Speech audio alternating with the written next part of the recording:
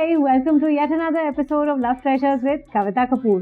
And आज हम बात करेंगे healing in relationships.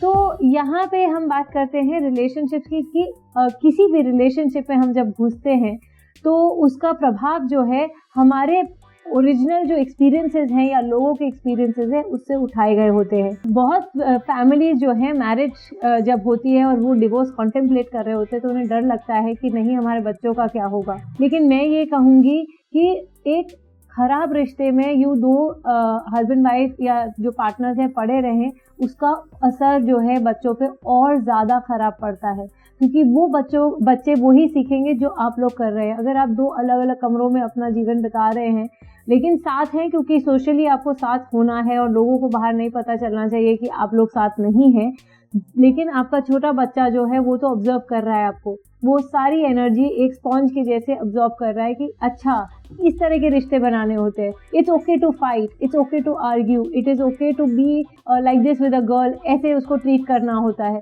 ये सब हम बहुत बचपन में जान लेते हैं और सीख लेते हैं। और बच्चे जो होते हैं वो बहुत ज़्यादा सेंसिटिव होते हैं क्योंकि they are very big beings in small bodies.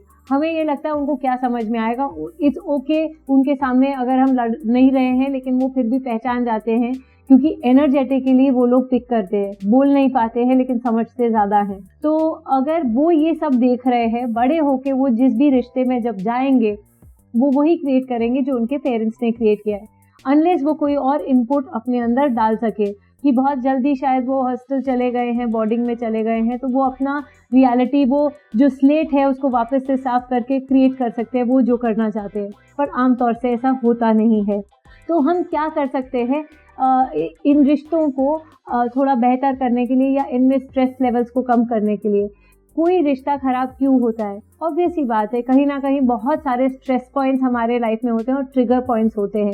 और आज की तारीख में तो देखा जाए तो कभी सेकंड शादी एंड थर्ड शादी and one breakup and second breakup, ये बहुत कॉमन चीज़ें हो गई हैं एटलीस्ट अर्बन सोसाइटी में। बड़े महानगरों में ये चीज़ जो है बड़ी कॉमन हो गई है। पहले स्टिग्मा होता था कि आप डिवोर्स नहीं करेंगे और आजकल 20 साल के बाद भी डिवोर्स होता है, 1 साल के बाद भी डिवोर्स होता है, 1 दिन के बाद भी डिवोर्स होता है। अगर ये देखा जाए पैटर्न, आप किसी को नहीं कह सकते कि किसकी कितनी लंबी चलेगी मैरिज और not.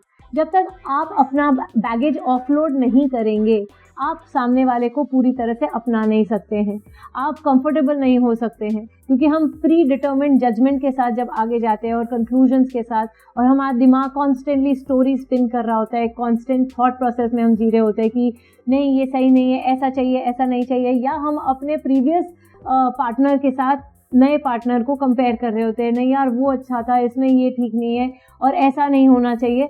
So you can't be present in that relationship. जब आप प्रेजेंट ही नहीं हैं उस इंसान के लिए जो एक शायद अलग फ्लेवर लेके आ रहा है आपके पास, आप वो रिश्ते को अच्छा नहीं बना सकते हैं।